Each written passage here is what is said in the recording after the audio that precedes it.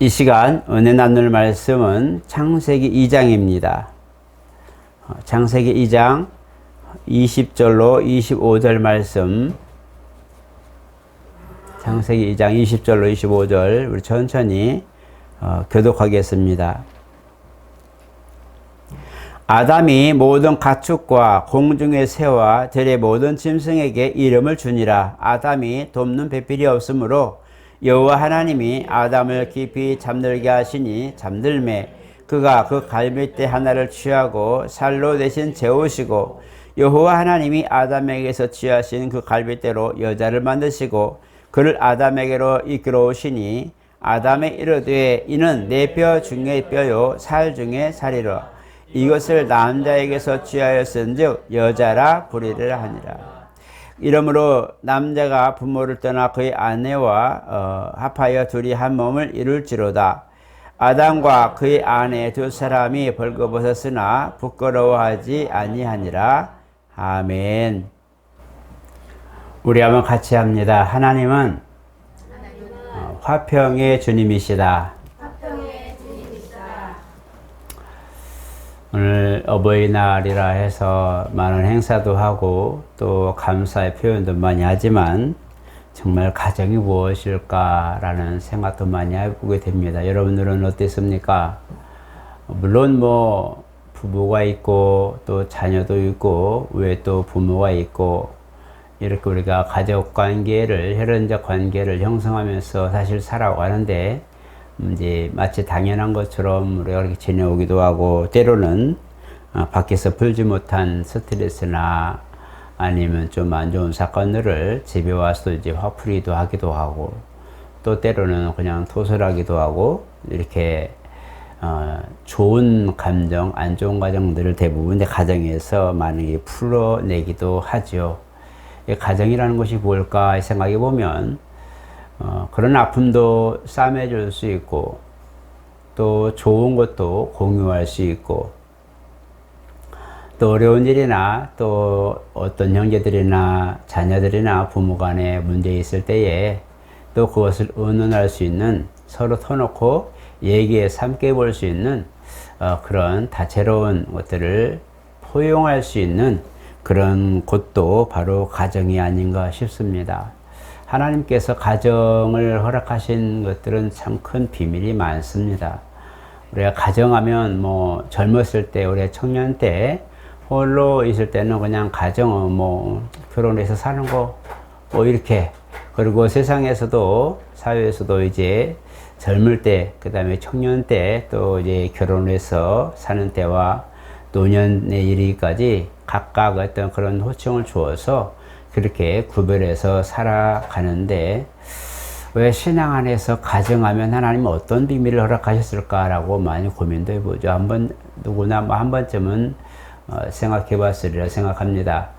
우리가 보면 하나님께서 아담에게 가정을 허락하신 걸 보면 돕는 배필이라고 말씀하고 있어요. 이것을 하나님께서 이제 아담에게 독처하는 것, 혼자 거하는 것이 좋아 보이지 않아서 아담이 이제 홀로 있는 부분에 돕는 자, 아내라는 어떤 이름보다, 명칭보다 돕는 배필로 그렇게 허락하셨어요. 우리가 이제 호칭으로서는 이제 아내 뭐 이렇게 표현하고 있지만, 그러나 이제 하나님께서 여성을 남자인 아담에게 허락해 주셔서 돕는 배필이라고 말씀했어요. 근데 이것을 사도 바울은 어쨌든 집안에서 배우고 궁금하면 남편에게 물으라고 하는 이런 소소한 것까지 이제 기록을 하고 있죠. 물론 지금은 이제 그렇게 얘기하면 굉장히 침해하고 또 평등의 어떤 것들을 우리가 좀 침해하는 거 아니냐 말하기도 하겠지만 어쨌든 성경적 입장에서 이 부분을 보는데 이 부분을 사도 바울은 하나님이 이제 아버지, 부의 성격을 가지고 우리에게 대면하신 것을 보게 됩니다. 이래서 이제 하나님 우리가 아버지라 그러지 하나님 부모님이라 말하지는 않잖아요. 하나님 어머니라 말하지 않잖아요. 하나님 아버지라 부르는데 이것을 주님이 또한 알려주셨어요. 인자로 오셨을 때에 나를 보내시니라 그는 참이라 말씀하실 때에 아버지께서 나를 보내심에 이렇게 정확하게 표현하고 있어요. 오늘날에는 어떤 뭐 단체 같은 경우는 이제 이것을 변해서 하나님 어머니라고 부르시는 분들도 계시고 이렇게 하는데, 단체도 있는데, 정확하게 주님이 표현하신 걸 보면서 이제 그를 보내시니 하나님 아버지의 뜻을 행하러 왔나이다. 그 다음에 이제 그 기도하실 때도 아버지여 때가 이르렀사오니 이렇게 표현해서 이제 부적 부성격을 가진 하나님의 모습을 우리가 발견하게 되죠. 그래서 이런 부분을 보면서 하나님이 우리 가운데 남자를 쓰시고 이스라엘의 그 율법 아래 있는 상황을 보게 되면 계수된 남자들 20세 이상, 적어도 이제 사회에 진출하고 생활하면서 가정을 꾸릴 만한 어떤 그런 성품과 인격과 신체적 모든 것들이 성장한 상태에 있는 이들을 중심으로 이제 남자로 표현을 했어요. 그래서 결혼했던 안 했던 상관없이 우리가 보면 어떤 기준으로 본다면 이제 청년으로 본다면 만약에 20세 이상인 것처럼 그렇게 하나님께 나아갈 만한 나이가 되었던 이 나이들을 계수해서 남자들만 60만이었다 이렇게 표현하고 있어요. 그러다 보면 이제 여성들은 계수에 들지 않았고, 그 다음에 우리가 투표권이라는 참정권이 있는데 정치에 참여하는 어떤 그런 자격을 주어주는 것도 여성들에게는 투표권이 주어지지 않고 어린아이에게도 투표권이 주어지지 않았죠. 그래서 20세 이상 남성들에게만 이제 투표권을 허락했던 이 모습이 사실 성경 안에 기록됐던 그런 이스라엘의 그런 법이고 하나님의 법칙이었어요. 그래서 오늘날 우리가 남녀 평등을 얘기하고 다 좋습니다. 우리는 이제 인격적 만남으로 어떤 성경의 가치나 어떤 주관이나 하나님 어떤 그런 배경을 떠나서 각각의 인격을 존중하는 가정이 하나된 이론, 사회의 하나의 일원으로서 우리가 함께 동참하는 의미로서 남녀 평등을 요구하기도 하고 서로 함께 존중하기도 합니다. 그러나 성경에서는 어쨌든 이 부분에 대하여 구별을 둔 것은 하나님께서 우리 모든 믿음의 조상이 되지만 믿음의 머리가 되신 부분들을 알려주고 계세요. 그래서 우리가 머리를 통해서 온 몸과 모든 신체 조직이 활동하고 움직이듯이 아버지 한 분을 두셔서 그 안에 있는 자녀들이 순종하며 또 그 은혜를 입으며 함께 살아가는 모습을 연상하기도 하기 때문에 아버지 곧 부성격을 가지고 성경에 많은 부분이 기록된 것을 보게 됩니다. 어쨌든 이렇게 아버지와 어머니라고 하는 아내와 남편이라고 하는 관계 속에서 가장 큰 비밀이 바로 돕는 배필이라는 거. 이것을 우리 젊은 청년들은 잘 이해 못합니다. 왜냐하면 혼자 살아오는 이런 과정 속에 그냥 부모님이 살아계시면 그런 것 없다고 인정하고 이해는 하지만 직접 본인이 결혼하고 자녀를 낳고 함께 고민하고 걱정하고 때로는 싸우고 아이 때문에 정말 밤을 설치고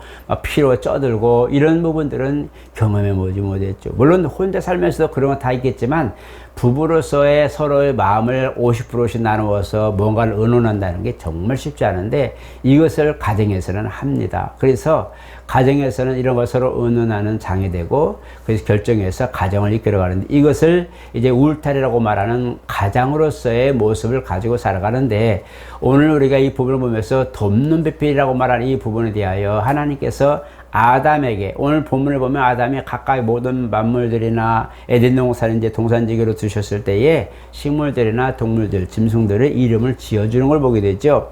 그리고 하나님이 보시면서 아담도 배필이 있어야 되겠구나라고 생각하시고 이제 아내를 주시는데 정말 이 아담이 너무 좋아서 고백하면서 돕는 배필로 정말 내 뼈 중에 뼈, 내 살 중에 살이라 해서 그를 데려와서 이제 한 가정을 이뤄서 이렇게 사는 것을 하나님이 기뻐하시는 걸 보게 됩니다. 그래서 가정은 사실 사람이 정한 것이 아니라 이미 하나님께서 가정을 먼저 허락하시다는 것을 말씀하고 있어요.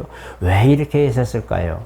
창세기 1장에 보면 남자와 여자를 동시에 만들어서 그냥 생육하고 번성하는 가정적 그런 의미보다 생육과 번성의 의미를 가지는 그런 남성, 여성의 소유, 어떤 그런 동물적 수격을 썼어요. 그런데 창세기 2장에는 돕는 배필이라고 말하고 이게 차이가 좀 있어요. 그래서 수격으로서 그냥 남성, 메일과 피메일에 대해서 남성 것, 여성 것, 이렇게 해서 그냥 자녀를 생산하는 생산의 도구처럼 그렇게 표현이 되어 있어요. 원어에 그렇게 표현되어 있어서 이렇게 됐네. 그래서 남자와 여자를 동시에 만들어서 생육하고 번성해라, 땅에 충만해라, 정복하고 다스리라.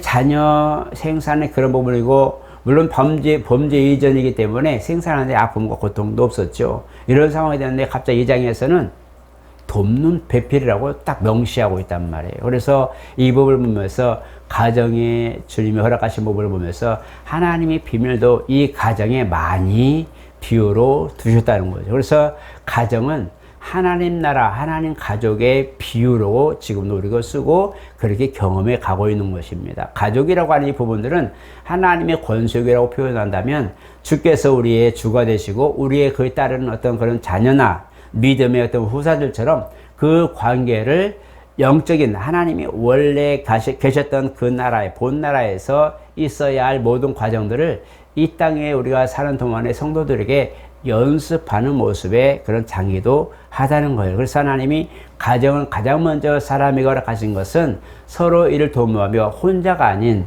함께라는 개념을 많이 두셨어요. 그래서 주님도 잡히시기는 그 바로 전에 이제 그들이 오는 걸 보면서 일어나라 함께 하자라고 말씀하고 있어요. 함께 하자. 그리고 이스라엘은 모든 부분에 주어가 있을 때에 하나의 단수로 쓰이는 것이 별로 없습니다. 물론 우리가 각각 개인할 때는 나라고 하는 단수를 쓰지만 대부분 우리가 기도문이나 이스라엘 모든 배경을 보게 되면 우리라는 복수를 썼어요. 우리의 죄, 오늘날 우리에게 허락하신 것, 우리가 우리에게 죄 지은 자를 용서하신 것 같이 우리 죄를 사하시고 오늘날 우리에게 일용할 양식을 주시옵고, 차라리 기도할 때 나에게 빵 주시오, 내가 용서할 테니까 나 용서해 주시오라고 해서 단수를 쓰면 되겠지만, 그러나 이스라엘 성격과 신앙 성격을 보게 되면 복수를 썼다는 것은 바로 한 사람이 아닌 여러 사람의 증거와 증인의 삶이 함께 공동적 삶을 살고 있기 때문입니다. 그래서 주님도 우리 가운데 오실 때에 그냥 내가 하나님이야, 내가 누구야 라고 하는 단편적인 것만 아니라 우리라는 개념을 쓰셨어요. 그래서 창세기 3장에도 우리가 이렇게 말했어요. 우리가 우리 중 하나. 그 다음에 8장 9장에도 우리가 내려가서, 그 다음에 모든 걸 보면서 아버지와 아들은 하나다. 성령도 마찬가지, 아버지와 아들과 성령의 이름으로 이렇게 해서 하나인데도 복수의 개념을 쓰고 계세요. 이것은 뭐냐면 율법에 정확하게 나와 있는 부분처럼 모든 것을 증참하며 증거를 댈 때에 바로 혼자 증거하는 것이 옳지 않고 주관적이 될 수 있기 때문에 두세 사람의 증거가 있을 때에 그것을 인정하라는 거예요. 누군가 뭐를 했을 때에 그걸 증명하려면 두세 사람의 증인이 있어야 되는데, 가정은 바로 이와 같이 홀로가 아닌 남자와 여자가 함께 가정을 이루어서 함께 공유하는 개념을 가지고 있어요. 그래서 복수의 개념으로 한 가정이란 말입니다. 우리 가정들 하면 그냥 가정들 하면 남자만 계수해서 나온 것도 아니고 여성만 아내만 계수해서 나온 것이라, 가정하면 부부가 하나 된 이 상황에서 한 가정을 말하고 있어요. 그리고 가정들 하면 이렇게 부부가 한 가정을 이루는 모든 가정들을 함께 포함해서 가정들이라 말하고 있어요. 이런 것처럼 하나님께서 우리에게 허락하신 부분에 대하여 홀로만 그냥 증거가 내가 모든 걸 할게 한 것이 아니라 각각 평화의 의논이라고 말하죠. 은혜, 평화의 계약, 평화의 의논. 그래서 주님도 아버지의 뜻을 헤아리고 그 뜻대로 순종하고, 성령도 그 이름으로 오셔서 예수의 하신 일을 증거한단 말이에요. 자의로 하지 않냐고 성령도 예수의 하신 일을 증거하고 변증하신단 말이에요. 변호하신단 말이에요. 그렇기 때문에 이와 같이 우리 믿음도 홀로가 아니라 각각 가정이라는 그런 복수의 개념을 주셔서 남편 하는 일들을 아내도 마찬가지 연합하여 각각의 그것이 증거가 되고, 이와 같이 가정의 한 부부가 하나 된 것은 이와 같이 우리 모든 일들에 대하여 하나님의 앞에 선함으로 증거로 드려지는 것이 확실하기 때문에 바로 하나님 우리에게 가정이라는 걸 주어서 아내와 남편이 연합하여 작품을 남기게 한 것, 그것이 바로 자녀입니다. 성경의 잠언이나 이런 부분을 보면은 자녀들은 선물이라 말하고 있죠. 내가 낳아서 내가 낳은 자식이고 내 것인데 물론 이스라엘 풍습에도 자녀는 부모의 것이에요. 왜? 부모가 자녀를 팔아도 뭐라고 할 수 없어요. 어디다 내줘도 뭐라고 할 수가 없으니까, 내가 만약에 결혼시키겠다면 내가 점 찍어 놓은 사람이 있으면, 얘야 너 오늘 이렇게 하니까 너 가서 이 사람에게 시집가라 하면 가야 돼요. 그게 부모가 정해준 대로 짝을 맺기도 하고 부모가 정해준 대로 길을 가기도 해요. 안 그러면 부모가 자식을 정말 패륜적이고 비신앙적으로 막 그렇게 끌려가면 죽이는데 내어주기도 하죠. 왜냐하면 부모에게 책임이 있기 때문에 그러죠. 그 책임이 있다는 건 소유의 개념이에요. 책임은 소유의 개념이잖아요. 그죠? 그래서 자녀들을 부모가 때로는 악행하는 것에 대해서는 하나님 막 저주하는 모습도 보이게 되고 어떤 때는 축복하기도 하고 해서 자녀들을 주시는데 그러나 보편적으로 보게 되면 자녀를 선물로 주셨다고 말씀하고 있어요. 오늘날 우리가 자녀들 그렇게 악한 말을 하지 않죠. 자녀들 너는 가는 데마다 저주받을 것이고 너는 가는 데마다 너를 거친 사람이 있을 것이고 이런 말 않죠. 보면 에서에게 축복했던 야곱의 아버지 야곱의 기도와 이런 어떤 이삭과 이스마엘 관계 속에서 이스마엘을 향하여 하나님이 하신 말씀을 보면은 유리하고 강포한 이런 사람의 그런 모습이 눈에 보여요. 그런 것들을 보면서 근데 진짜 그 사람들의 일생과 그 우선들을 보면 정말 그래요. 포악하고 강포하고. 그렇기 때문에 우리가 이 부모와 자녀를 오늘날 볼 때는 축복하는 것을 해서 민수기에도 너희들은 자녀들 이렇게 축복하라고 우리 축복문도 주셨잖아요. 그죠? 그런 것처럼 자녀들을 이제 허락하셨는데 이것은 바로 부모 사랑의 결정체인데 오늘 이 볼 보면서 너는 내 아들이라 내가 오늘 널 낳았다 할 때에 이 주님을 표현하신 말씀인데 오늘 주님도 우리에게 믿음으로 낳은 자녀들을 계수하는 모습으로 표현하고 있어요. 그래서 부모가 자녀를 낳았다는 이 부분은 사랑의 결정이거든요. 부모가 정말 사랑하는 그 결정으로 자녀가 생기고 하나님께서 태를 열어주셔서 정말 생성하게 되고 자녀를 허락하여서 자손을 번성하게 했어요. 물론 그래서 아브라함 때처럼 정말 그 모든 축복의 끈을 이어가는 혈통으로서의 그 끈을 이어가는 과정도 되지만 중요한 것은 부모의 사랑의 결정체가 눈앞에 펼쳐진 것이 자녀예요. 이 자녀들 통해 사람이 기뻐할 수 있는 그런 과정처럼 우리도 자녀들의 어떤 재롱이나 자라가는 거 보면 기쁘고 꿈을 두기도 하고 때로는 우리가 비전을 두기도 하고 아이들의 미래를 보면서 뭔가를 계획하기도 하죠. 이게 부모의 몫이고 또 부모만이 가질 수 있는 그런 어떤 부분의 어떤 과정이나 어떤 그런 가질 수 있는 그런 덕목이라고 생각합니다. 주께서 우리를 믿음으로 이제 거듭나게 하시고 생명으로 옮기셨을 때에 이제 우리에게 자녀의 양자의 영을 주시다고 말씀하신 것도 똑같은 거예요. 주님 우리를 보실 때에 이 아이에게 정말 이 아이가 지금 나를 사랑한다고 고백하는데 내가 이 아들에게 뭘 해주고 싶을까? 이 아이는 내가 뭘 해줄까? 이 아이가 기뻐하고 좋아하는 게 뭘까? 하고 고민하신다는 거죠. 부모가 자녀를 생각하면서 계획하기도 하고 고생하기도 하고 걱정하기도 하고 또 자랑스럽게 하는 어떤 그런 걸 보았을 때 그를 꿈을 가지고 생각하듯이 주님도 믿음의 자녀들을 보면서 그 아이의 달란트를 살펴보고 달란트대로 일할 수 있는 거리를 허락하신다는 거예요. 그러니까 우리가 이런 걸 보게 되면서 하나님 우리를 그냥 사랑하신 게 아니라 그 모습 그대로를 사랑하신다는 거죠. 그 모습 그대로. 그래서 우리가 정말 우리가 하나님을 사랑한다고 할 때에 내 것을 고쳐야 나 살아. 물론 변해야죠. 사망에서 생명으로 옮겼으면 생명에 속한 사람처럼 살아야 맞아요. 골로새서 3장에 있는 것처럼 위의 것을 찾아. 위에는 하나님이 계신다고 그랬어요. 보좌 우편에 계신다고 그랬어요. 위에 속한 사람이 됐어. 하나님께 속한 사람이 되었어. 예수에 속한 사람이 되었어. 그러면 그 길을 사는 사람처럼 예수를 본받아 살아라 그렇게 말씀했단 말이에요. 근데 오늘날 우리는 지금 그렇게 주님을 본받아 사는 삶을 살게 되는데 정확하게 우리가 본다면 주님도 우리를 고쳐 쓴다. 신분이 고쳐지고 변하고 모든 걸 했지만 보면 대부분 성품을 그대로 쓰실 때가 많다. 12사도를 보게 되면 그대로 그냥 넌 이렇게 써 불같은 성격의 그런 다혈질 성격인 베드로 그는 진짜 주님이 로마 군병에 잡혔을 때 막 칼을 써서 전쟁할 것처럼 했어요. 그런데 그가 나중에 물론 성령 임하시니까 그냥 성령께서 이끄시는 대로 가서 물론 십자가를 거꾸로 달려 죽을 만큼의 겸손하며 순종자의 모습으로 목숨을 내놓는 그런 모습으로 보았지만 대부분은 그 성품대로 성경 기록한 걸 보면 나와 있어요.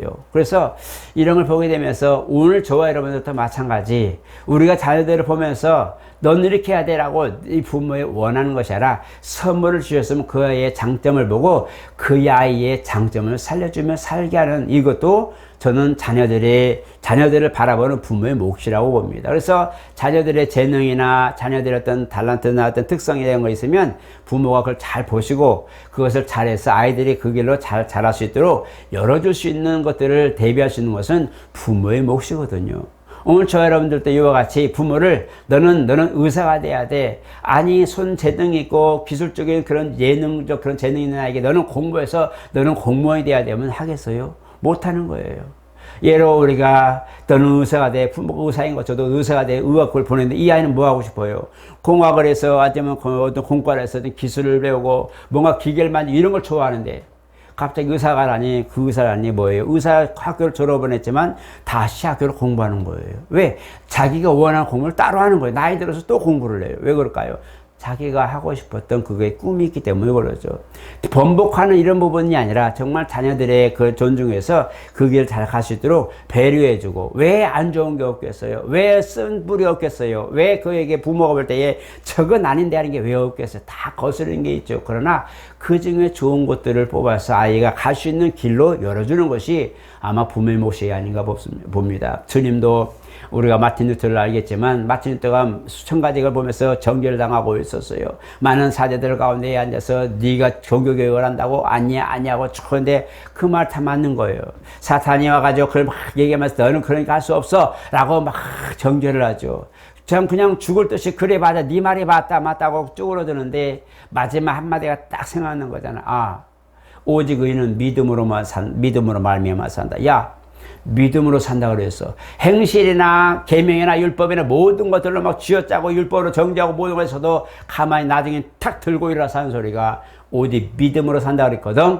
나는 믿음으로 사는 거야 라고 말하면서 벌떡 일어나서 정교교육을 하게 됐죠. 마찬가지라는 거예요. 우리에게 주님이 기뻐하시는 것을 우리가 가지고 있다면 주님 우리 쓴뿌리 맞아요. 못한 거 너무 많아요. 쟤는 정말 다른 건 다 좋아. 저게 안 좋아. 다 있어요. 그러나 그 부분에 좋은 점이 있다면 거기까지 딱 선을 그어주고 그래 너는 이런 걸 좋아하니 그럼 이쪽으로 네가 가는 걸 좋겠다. 아이의 장래에 보고 장래에 정말 그거 할 수 있는 여건을 찾아주는 것이 이 부모의 몫이라고 봅니다. 주님도 그러잖아요. 너는 이게 안 좋아. 너는 저게 좋아. 라고 판단하지 않으시잖아요. 그에게 달란트를 주셨으면 그걸 부과시켜서 그 길을 가게 만들었죠. 오늘 우리가 방언이라 말하며 섬기고 봉사하며 남을게 정말 구제하고 이런 재능이 있어요. 다른 게 쓴뿌리가 없어서 그래요? 안 그래요. 어떤 사람은 욕을 정말 잘해요. 막 욕을 막 해요. 어떤 때는 정말 세상 노래를 너무너무 잘해요. 그거 나쁜 거 아니잖아요. 좋아서 하는 거고 또 자기 특성이 있고 어떤 애들은 막 뭔가 일을 하는 거 있어요. 주님이 주신 재능 말고도 그가 원한 것도 많고 많이 있어. 부모가 보기에는 저게 아니란 말이에요. 예배 때 왜 저러는 거야? 예배를 드려야 돼. 왜 저러고 있어? 부모만은 막 불이 나지만 주님은 그런 거 다 있지만 그 중에 한 가지 다 있으면 그걸 가지고 달란트로 활용하시는 걸 보십시오. 그걸 통해서 사람이 영광 받으신다는 거예요. 그 사람, 자녀가, 믿음의 자녀가 그 하나의 재능을 보고 그것을 가지고 순종하면서 나아갈 때에 다른 것도 많이 있고 쓴뿌리도 많이 있지만 그걸 가지고 이렇게 나왔을 때 주여 보소서라고 딱 보따리 폈을 때에 잘했다. 착하고 충성된 종아. 이거예요.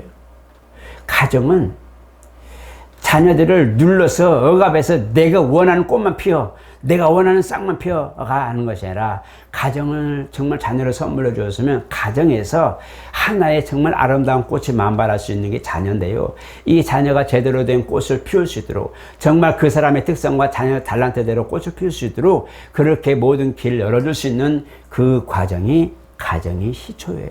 가정에서 출발하는 거예요.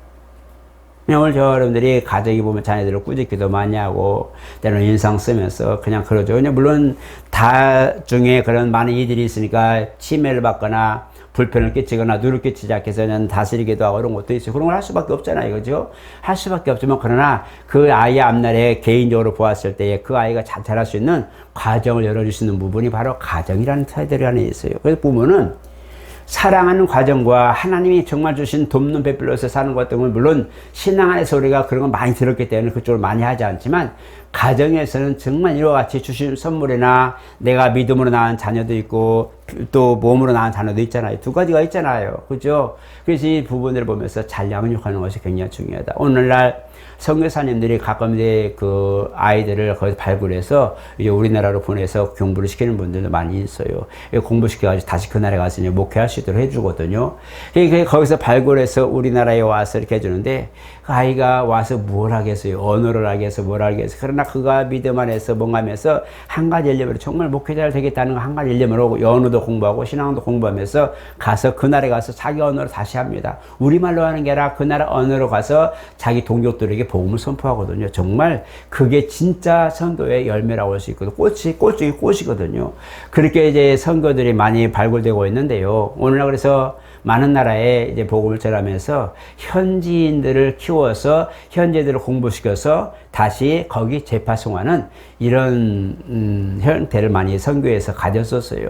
그래서 그렇게 재파송하는 부분에서 많이 열매를 맺는데 그것을 발견하는 것, 이것이 선교사들의 몫이라고 저는 봅니다. 선교사들이 가서 어떻게 하겠어요? 그날 언어를 모든 걸 복음 전하는데 사실 현지인보다는 못하잖아요. 어떤 거라도 현지인보다는 모든 게 안 되는 거예요. 아무리 능숙한 언어를 봉연하고 아무리 능숙하게 모든 걸 난 다 배워서 하더라도 현지인만큼은 아니거든요. 그런 것처럼 가정이라고 하는 테두리 안에서 정말 부모가 자녀들 양육하면서 방향을 잘 설정해야 되는 것은 부모만큼 아는 사람이 없어요. 아무리 목사님이라 해도 서포트하고 옆에서 후원하고 모든 걸 하는 것을 조언을 할 수 있어도 부모보다는 모르는 거예요. 부모는 어릴 때부터 그 아이의 모든 자랑을 받기 때문에 잘 알거든요. 그래서 오늘 저와 여러분 가정의 비밀이라 말하는 거 제가 한 가지만 포커스 하고 두는 이유는 많지만 가정은 정말 많은 그런 하나님 비밀이 있어. 그러나 한 가지 자녀들을 양육함에 있어서 그의 하나님이 좋아하시는 거, 하나님이 기뻐하시는 한 방향을 통해서 꽃을 피우듯이 우리가 보면서 가정이라는 그 테두리 하나님 주신 선물, 믿음으로 자녀 낳았든 아니면 내 몸으로 낳았든 상관없이 잘 양육해서 제자 삼고 하나님의 사랑으로 잘 양육하는 부분들도 저는 좋은 탤런트를 개발하는 것 중에 하나라고 봅니다. 오늘 저하고 그걸 아셔서 마지막 부탁드리는 것은 가정을 파괴하는 것, 가정을 해치는 것, 이런 부분 여러분들 절대로 금하시기를 부탁을 드립니다. 어쩔 수 없이 신앙 문제로, 종교적인 갈등, 성격 문제로 요즘은 뭐 50% 이상 이제 이혼율이 많아지고 요즘 뭐 살아보고 결혼하는 그런 부부들도 있고 내 주변에도 그런 일들이 있어요. 보면서 안타깝기도 하지만 이해할 수밖에, 용납할 수밖에 없는 것이 너무나 많은 그런 이혼율이 많아지고 서로 갈라진 게 많으니까 차라리 잘 만나서, 힘들어도 잘 만나서 백륜해로 하는 게 낫잖아요. 그죠? 그래서 우리가 이 보면서 이제 종교계에서도 이혼하는 것에 대해서 너무너무 많아지니까 한 번 정도는 허용을 하고 너무 상습적인 그런 부분이 아니라 정말 어쩔 수 없이 이렇게 사별하거나 문제, 종교적 문제, 신앙 문제 이런 걸 때는 어쩔 수 없이 허락하지만 그러나 주님은 우리에게 이혼하라 말하지 않았어요. 그걸 여러분들이 아시고 할 수 있으면 여러분 어려움도 같이 나누시고 그렇게 하시기 축복을 합니다. 가정이 부부가 되고 결혼하는 것은요, 그 사람을 내가 내 사람을 만들기 위해서 내가 부부가 되는 게 아니에요. 결혼하는 게 아니에요. 저는 분명히 얘기합니다. 저 개인적으로는 그 아내를 맞이하는 것은요, 그 사람이 부족한 부분을 채우기 위해서 난 내가 필요하다고 생각해요. 저는 그렇게 생각을 해요. 그래서 그 사람을 사랑하고 아내를 맞이함에 있어서 그 사람의 부족한 부분을 내가 채우기 위해서 나는 그 사람의 반쪽이 되는 거거든요.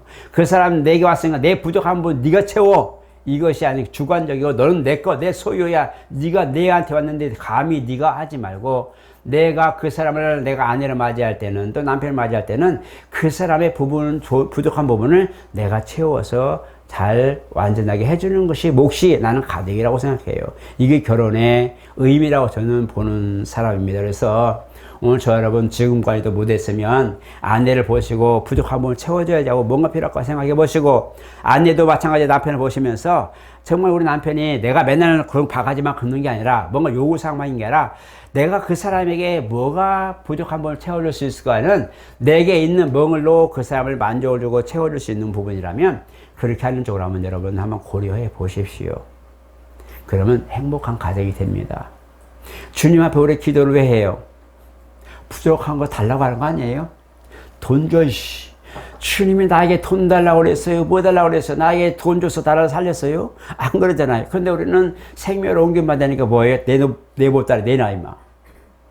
겨우 목숨 살려줬더니 우리는 뭐예요? 요구사항만 잔뜩 쓰니 100가지 기도가 있으면 아마 90가지는 전부 요구사항일 거예요. 사랑이 하옵소서, 자녀 축복이 없어, 내 영혼 축복이, 내 건강이 없어, 내 부여가, 내 직장 잘 되게, 내 사업 잘 되게, 내 모든 것, 내가 버는 것, 내 주변에 좋은 사람 모든 걸 되게 하여 주옵소서. 주옵소서, 주옵소서, 주옵소서. 만약 이걸 거꾸로 말하면 주시옵소서. 이걸 다시 말하면 주여 오시옵소서. 모든 부분이 겨우 생명을 옮겨놔서 살게 만들어놨더니 주시옵소서, 주시옵소서, 주시옵소서, 주시옵소서. 야, 내가 너를 불렀거든. 내가 너 살렸거든. 주님이 그러실 거예요. 가끔은 저는 그런 생각을 해요. 내가 너 살렸거든. 근데 너는 왜 나한테 요구사항만 있냐? 고맙지 않냐? 이런 생각을 가끔 한단 말이야. 그건 뭐예요? 살려줘서 고마워. 가정을 줘서 고마워. 자식을 줘서 고마워. 네 몸을 안 낳았어도 믿음의 자식 줘서 고마워. 네가 2번 결혼하게 해줘서 고마워. 또 다른 마누라 줘서 감사해. 이런 모든 걸 보면서 감사할 게 진짜 많은 거예요.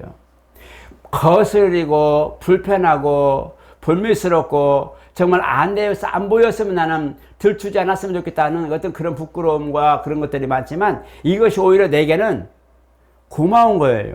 주셔서 감사하고.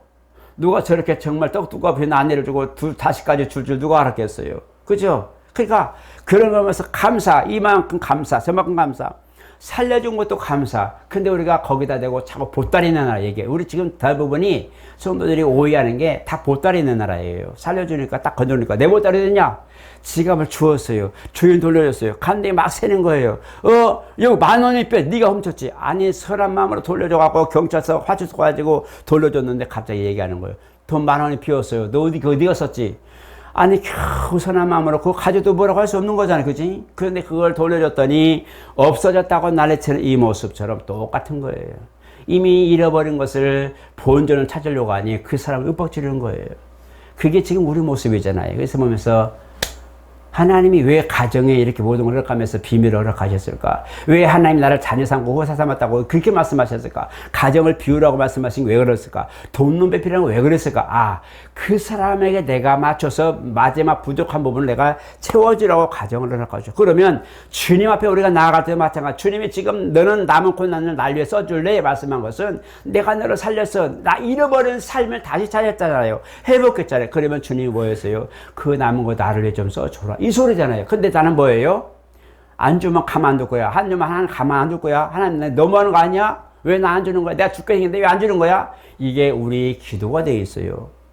그러니까 우리가 보면서 감사해서 눈물을 흘리는 것과요. 정말 한이 돼서 죽게 감사해. 나 이거 아니면 죽으니까 알아서 나 죽어버린다. 할 만큼의 요청하는 눈물의 기도가 달라요. 우리는 그보다도 정말 부족하지만 그나마도 살아있는 게 감사하고 이만큼 주신 게 감사하고 내가 정말 잘하고 싶지만 이만큼밖에 안 된 거 때로는 죄송스럽고 나를 살려준 거에 대해서 얼마나 감사한지. 예전에 보니까 한 가지 우리 조상들이 했던 거 보니까 정말 생명을 구출하거나 정말 엄청난 빚을 졌던 것을 탕감해 준 그런 사건이 있을 때는 고마워서 막 때로는 딸을 며느리로 주기도 하고 막 그러잖아요. 그죠? 그만큼 너무 좋으니까 정말 피 같은 자식을 때로는 그 집에 보내기도 하고 막 그래요. 왜? 너무 고마우니까. 정말 그렇게 고마워서 자기의 가장 소중한 것을 내어주는 이런 것들 우리나라의 풍습에 정말 아름다운 풍습이 있었거든요. 정말 주님 앞에 우리가 나아갈 때 주님을 살린 것에 감사하면서 우리가 주님의 가족이 되었으면요. 때로는 자녀들은 부모를 기쁘시게 하고요. 그 기쁘게 하는 모든 것들을 생각하고 헤아려 줘야 돼요. 요구사항이 왜 없겠어요? 부모가 나이 들어서 기억이 깜빡하고 옆에 둔 거 핸드폰을 놓고 물을 놓고 커피 가져가면 그 중에 하나는 꼭 빼먹고 가거든요. 그러고 가서 커피 어디 있지? 아, 시키게 돼 있지. 막 가다가 전화하니까 전화기가 아이고야 내가 오늘 식탁에 놓고 그냥 왔네. 이게요 돼요. 그 부모를 이해를 하는 것을 보고 아 우리 부모가 연로하구나. 기억력이 가물하구나. 이걸 좀 대비하고 해야 되는데 엄마 그 몰랐어요? 놓고 그것 좀 챙기려니까 아니 누가 못 챙겨서 그래? 챙겨오시지 않아서 그래? 잊어버린 걸 어떻게 그죠? 그걸 헤아리고 아 우리 부모가 많이 세월을 얻으셨구나. 그러면 그걸 대신하면 되잖아. 부모가 잊어버리고 가. 물 떠놓고는 그냥 가네. 핸드폰만 등등등 그러고 사무실로 가. 저도 그러거든요. 그러면 와서 부모 그러면 아 물 놓고 가시네. 뻔히 떠놓고 가면 떠났는데 그냥 가면 잊어버린 거잖아요. 그러면 그냥 들고 와서 물 따놓으면 아 내가 불 잊어버렸네. 아이 고마워. 그러지 않겠어요? 그 마음을 헤아리는 자녀가 굉장히 소중한 거예요. 우리는 지금 그게 필요한 거예요. 하나님 앞에 우리가 자녀라면 주님의 마음을 헤아리는 거예요. 주님이 내게 주시옵소서 안 되면 가만 안 둘 거야 하지 말고 주님이 나를 살려주고 나를 보고 있는 거예요. 얘야 하고 부른단 말이에요. 정말 나를 살려놓고 싹 씻어주고 땅에 벽 앉혀놓고 밥 먹자 그러는데 나는 뭐예요? 내가 입었던 옷 어딨어요? 내 신발 내가 진짜 아주 주머니에다 인형 좋은 거 놨는데 그거 어딨어요? 아니 밥 먹다 뭐 하는 거야? 밥 먹자 그거잖아요. 잃어버리는 게 중요해. 너 얼굴 살렸는데 이 인형이 중요하냐? 주님은 우리에게 주님의 때로는 그렇게 말씀하시더라고요. 그래서 보면서 차마 그런 말은 내가 개인적으로 할 수는 없지만 이게 공적인 거니까 얘기하는 거예요. 주님은 우리에게 내가 너 살려줬잖니 이 얘기예요. 고마운 마음 좀 가지고 감사한 마음 좀 가지고 우리가 부족하고 연약한 거 너무 많지만 정말 주님 앞에 내가 살아있는 게 너무 오늘 살고 있는 게 너무 감사하고 이런 걸 한번 하세요. 오늘 저와 남편분들 다짐하세요. 옆에 아침에 자고 일어날 때 아내가 누워있거나 일하고 있는 거 보면은 감사하세요. 정말 사랑하시고 아내분들도 마찬가지 든든하게 있어요. 남편이 피곤하게 있어 막 쓰러져 코를 골며 자더라도 정말 남편이 옆에 있어 너무 고맙고 그잖아요. 옆에 있으니까 정말 옛날에는 없는 것보다 있는 게 낫다고 안 그래요. 기둥서방에도 있다고 그랬죠. 이제는 정말 참 안 좋은 얘기지만 기둥서방에도 있다고 하죠. 맞지 않나요? 그리고 없는 분들은 홀로 사시는 분들은 일부러 신발을 놓을 때 신발 앞에 남자 구두를 놓기도 하죠. 그리고 옷을 걸어놓고 빤에다가 남자가 또 걸으잖아요. 무시당하거나 오해당하지 않도록 하기 위해서 그렇게 배려도 합니다. 그만큼 아쉬운 부분이 반쪽이에요. 그게 아쉬운 게 반쪽이거든요. 그래서 아내분들도 자긍심을 가지고 나는 남편이 아내야. 남편들도 마찬가지 자긍심을 가지고 나는 아내 남편이야. 이거 우리 수아청년도 결혼해보면 말아요. 소중하게 가장 소중해. 부모도 있지만 다 있지만 아내가 최고야. 아내는 앞에 아침에도 밥 해줘. 잠잘 때도 사랑해줘. 너무 좋아. 이 아내와 남편의 관계에서 여러분 그걸 가지고 힘들고 억울해진 게 왜 없겠어요? 성품이 안 맞는 게 왜 없겠어요? 딴 환경 속에 다 살다 온 사람들이 어찌 받겠어요? 안 맞는 거예요. 서로 맞춰주는 겁니다. 한번 따라 합시다.